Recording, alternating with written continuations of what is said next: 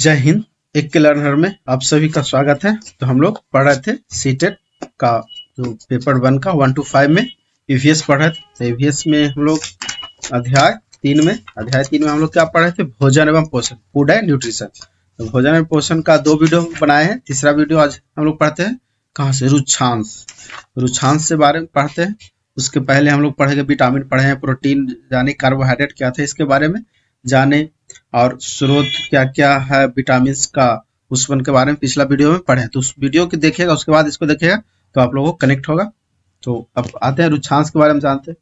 तो रुक्षांश क्या है? तो कुछ भोज्य पदार्थों में पाया जाने वाला तंतुमय पदार्थ मतलब फाइब्रस मटेरियल, यह शरीर की वृद्धि में सहायक नहीं होता क्योंकि हम इसे पाचन नहीं कर पाते। रुक्षांश क्या है? एक फाइब्रस मटेरियल या शरीर के वृद्धि में सहायक भी नहीं होता और इसको हम पाचन नहीं कर पाते हैं रुक्षांश को। यह कब्ज को रोकने हेतु अधिक मात्रा में भोजन में मिलाया जाता है। जब कब्ज हो जाता है उसको रोकने हेतु भोजन में अधिक मात्रा में मिलाया जाता है। इसके प्रमुख स्रोत क्या है? जैसे सलाद, अनाजों की बाह्य परत, ताजे फल, सब्जियां, साबुत अनाज एवं दलिया इत्यादि है। ये था रुक्षांश। अब वसा के बारे में जानते हैं। वसा क्या है? वसा शरीर को ऊर्जा प्रदान करता है। इसकी ऊर्जा देने की क्षमता कार्बोहाइड्रेट से भी अधिक है। वसा है जो कि शरीर को ऊर्जा प्रदान करता है, इसको ऊर्जा देने की क्षमता कार्बोहाइड्रेट से अधिक है। यह हमारे शरीर को आघात रोधी बनाता है जो आवरण के रूप में भी होता है। इसके प्रमुख स्रोतों में दूध, पनीर, मक्खन, घी, अंडा, मीट, मछली, बादाम हो गया, अखरोट हो गया, मूंगफली आदि और भी हो सकता है। ये सब सम्मिलित है वसा के रूप में। अब जानते हैं जल के बारे में। वसा हो गया। अब जल के बारे में जानते हैं। जल में क्या क्या होता है? यह एक अकार्बनिक पदार्थ। जल क्या है? एक अकार्बनिक पदार्थ है। यह मानव शरीर में कितना होता है? 60 से 75% भाग तक मानव शरीर में जल होता है।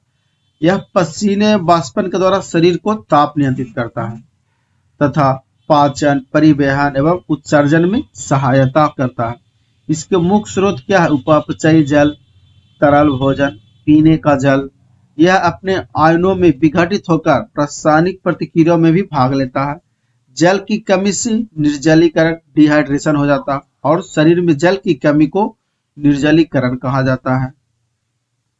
उसके बाद है खनिज लवण के बारे में जानते हैं। तो खनिज लवण क्या? विभिन्न प्रकार के खनिज लवण रोगों से हमारे शरीर की रक्षा करते हैं तथा उसके शरीर में ऊतकों के निर्माण में विशेष भूमिका निभाते हैं। लवणों के विवरण से हम निम्न तालिका द्वारा समझ सकते हैं। खनिज लवण का कुछ तालिका दिया हुआ, उससे हम लोग कुछ समझते हैं क्या क्या दिया हुआ है।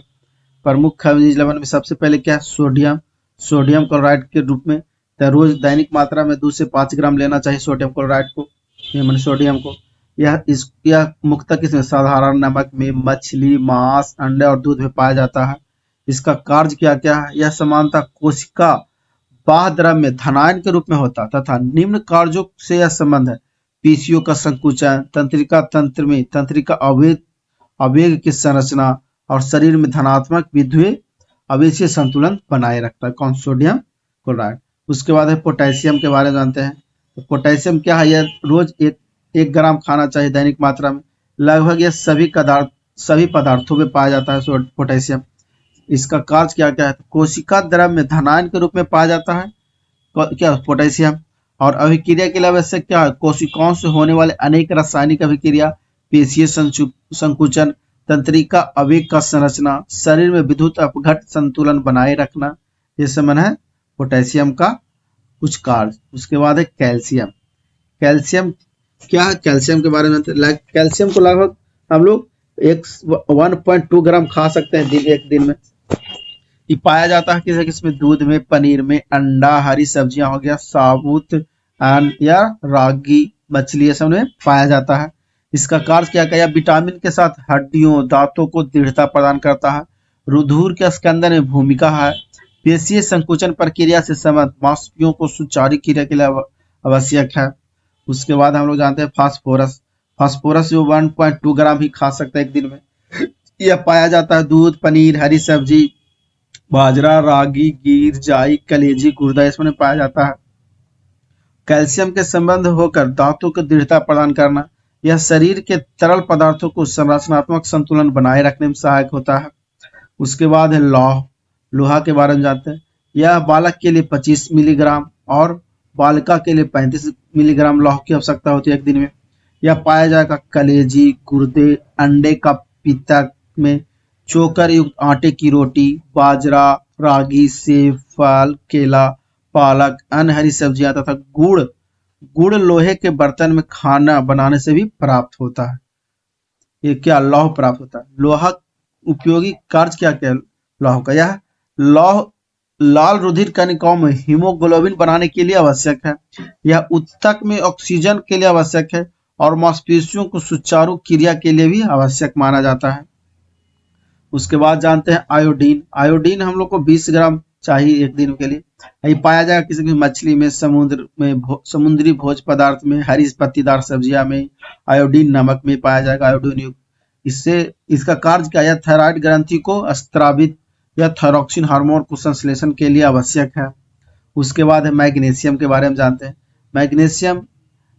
मैग्नीशियम में क्या लिखा हुआ, अत्यल्प, मतलब बहुत कम मात्रा में लिया जाता है मैग्नीशियम एक दिन में। यह सब्जियों में पाया जाता है। यह पेशीय तंत्र और तंत्रिका तंत्र की क्रिया हेतु कार्य है। जस्ता भी अत्यल्प भी है। यह यकृत और मछली में पाया जाता है। यह इंसुलिन कार्यों के लिए सहायक माना जाता है जस्ता को। उसके बाद है तांबा। तांबा भी बहुत कम मात्रा में, अत्यल्प मात्रा में लिया जाता है एक दिन में। इसलिए पाया जाता है तांबा मछली, मांस, यकृत एवं अनाज, तांबे के बर्तन, खाना बनाने से भी मिलता है। ये इसका कार्य क्या क्या है। यह हीमोग्लोबिन अस्थियों के निर्माण में इलेक्ट्रॉन संवाहक के रूप में सहायक होता है। उसके बाद है लास्ट में कोबाल्ट। कोबाल्ट भी बहुत कम मात्रा में लिया जाता है एक मात्रा में। यह मांस, मछली, जल इत्यादि में पाया जाता है। यह आरबीसी और विटामिन B12 के संश्लेषण हेतु सबसे महत्वपूर्ण कार्य है। अब हम लोग जानेंगे क्या संतुलित आहार के बारे में जानते हैं। संतुलित आहार क्या क्या है जिसके बारे में, तो संतुलित आहार में क्या क्या हो सकता है, जैसे बैलेंस डाइट। संतुलित आहार ऐसा आहार है जिसमें आवश्यक पोषक तत्व उचित अनुपात में सम्मिलित हो, जैसे संतुलित आहार कहा जाता है। जैसे पर्याप्त मात्रा में पौष्टिक भोजन करने से हमारी सेहत अच्छी रहती है। पौष्टिक और पर्याप्त भोजन वह होता है जो शरीर की जरूरत के अनुसार ही लेना चाहिए, जैसे कि सभी पौष्टिक तत्व उपलब्ध कराता है। संतुलित आहार से कुछ अच्छा पोषण भी मिलता है, जिससे आवश्यक पोषक तत्व सही या संतुलित मात्रा में शरीर को मिलता है। उच्च स्तर के शारीरिक और मानसिक स्वास्थ्य की प्राप्ति के लिए भी संतुलित आहार लेना हमारे जीवन के लिए बहुत जरूरी है। संतुलित आहार में प्रत्येक व्यक्ति को आयु, स्वास्थ्य और कार्य के अनुसार ही निर्धारित होता है।